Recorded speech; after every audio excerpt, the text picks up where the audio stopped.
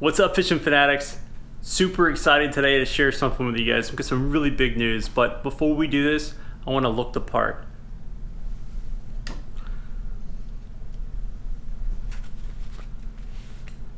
Alright, so you might be wondering why I look like one of the village people. Let me explain. I got something out in the driveway I want to show you guys. But before I do, I'd like to just say a big shout out to all of our new subscribers. Thank you guys so much. You guys are awesome. Really appreciate all the comments, likes, and shares, and the views. We really love doing this, and we love fishing and getting out there and sharing this experience with you guys, and learning along the way too. So thank you so much for your comments and your support. So without further ado, I'd like to show you the newest addition to the Fishing Fanatic fleet.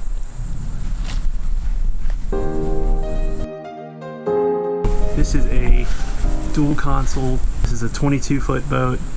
It's a family boat and a fishing boat kind of wrapped up in one. It's going to allow us to do some fishing we haven't been able to do with that little skiff. Let me show you why we're so excited about this. Okay, so as I said, it's a 22-foot boat. It's got plenty of seating on this boat. Honestly, we could take out a lot more friends with us when we go fishing, or just cruising or something like that, but mainly fishing because we are fishing fanatics. Let me show you guys the helm. We got hydraulic steering, got the nice Garmin. It's a 5-inch unit. It's a chart plotter and a fish finder. Got all the features that you'd like, normal features in a helm. I got storage underneath the helm, plenty of storage underneath here actually, and then up here up forward, got a nice big anchor locker. I got 2 rod holders already set up here, so you can do some fishing off the bow. And another thing that will help you do some fishing off the bow is this front compartment right here, which is probably about a 30-gallon compartment. Was converted into a live well, so you can keep bait fresh up here, which is pretty cool. It's got 2 lounge seats here. It's got 1 big cushion that goes over this whole area. I like the setup because I can be on one side of the boat and Kara can be on the other side of the boat, and we have our own space. You know, center consoles are great for fishing, obviously. The ideal fishing boat, but kind of the price range we were looking at, it kind of limited us with the size boat. Versus this, we were able to get this one. This is a heavier hull, so we can go off a little further offshore and do a different kind of fishing, some trolling, stuff like that. So we're looking forward to it. Anyway, so this seat right here folds down completely. So if Kara wanted to work on her tan, she certainly could. She could lay out in front of her seat. We've got a full head compartment in here, which is pretty sweet actually. So nice marine head in there, lots of room, again, cushions and stuff like that. So all right, oh yeah, almost forgot. So check out this insulated fish box. This is pretty cool. I got the fenders in it right now for the boat fenders, but there's plenty of storage in there. It's probably about 7 feet or so. I can fit rods in there, or we can throw a bunch of ice in there, and it's a fish box. So, you know, kingfish or dolphin or wahoo, if I can get out far enough to catch wahoo. Another feature I like about this boat are these ulcers up against the side. So when you're up against the rail, you're not banging your knee up against the rail. Anyway, so back here we got 2 jump seats. Again, right behind Kara's seat there's another seat. So if you wanted to look aft while we're trolling, you could have a aft facing chair to check out the spread. We've got some gear holders right here, like 4 slots. I don't think we can put any fishing rods because they're kind of short, but you know, the things that you would keep, like obviously like a gaff, you know, a brush, things like that you'd like to keep out of the way and not take up good rod storage space. We've got some good rod holders here and here, and then we've got 4 rod holders on the side of the boat that face aft. So again, we control. Anyway, this is what I love. This right here, this live well right here, it's really sweet.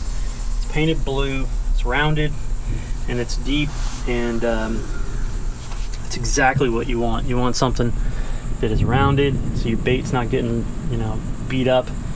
If you got a bunch of live bait, which when you're offshore and you're doing some reef fishing, you definitely want to make sure you have some live bait. All right, so enough talking. Let's get out there. Let's go fishing.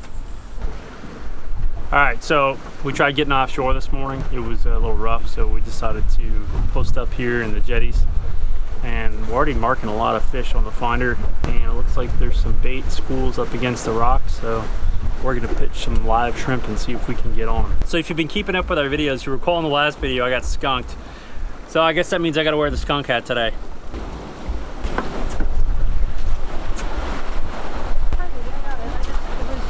really roughed up at the bottom.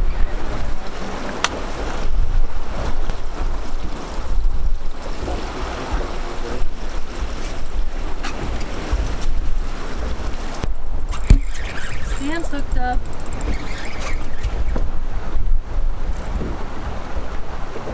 There's a little bluefish bumping.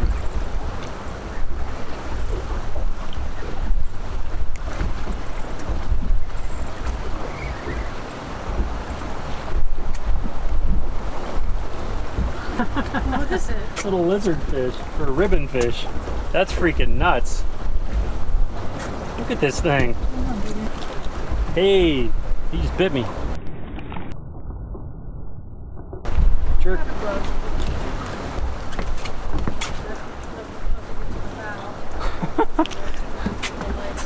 What the heck? It's like a ribbon fish, I think. These things are all over the place.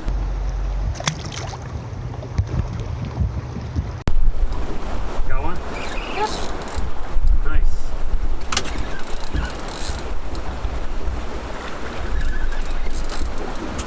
Need the net. Not very heavy. I can't tell what it is.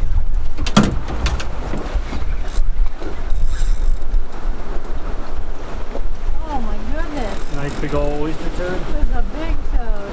Nice. Oh. Catch, clean, and cook, guys? What do you think?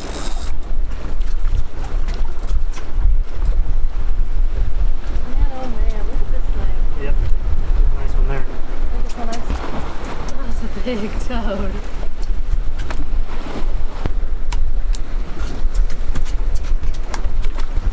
Something just took my shrimp, right? And I started reeling, and I literally ripped its tongue out. That's the tongue of a fish. How gross is that? I feel bad for the fish. It's weird. Feels like a tongue. Feels like a black sea bass.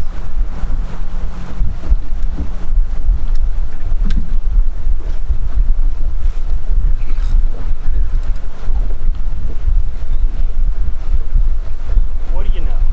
Called it. These things are delicious, but they gotta be big enough. What do they need to be, 13 inches now in South Carolina? Which is ridiculous. Anyway, you catch them this size all day.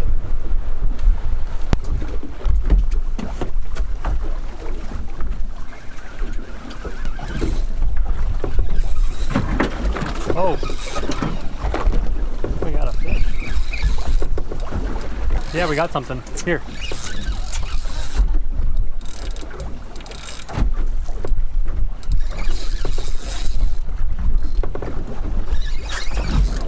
Something light.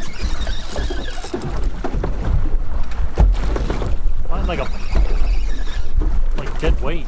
Like a flounder or stingray. Dead weight. There you go. Here's proof. Can't freaking make this up, folks. Trash fish for the day. Alright, so you guys ever have one of those days where just nothing seems to be going right when you're fishing? I think we're having one of those days. So we're gonna mix it up. We got probably a half a dozen to, I don't know, probably a dozen live shrimp left. So we're gonna go inshore, throw on some popping corks, and see about maybe targeting some trout or redfish in the creeks.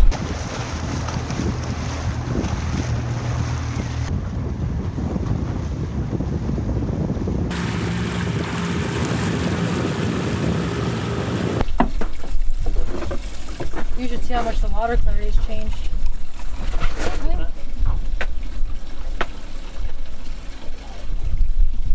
Thank you for volunteering. I just said you should see how much the water clarity has changed. Got it darker? Yeah.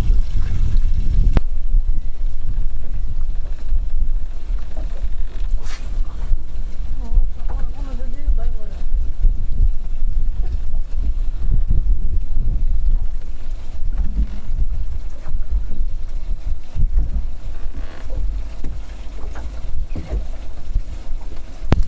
Now, a redfish maybe?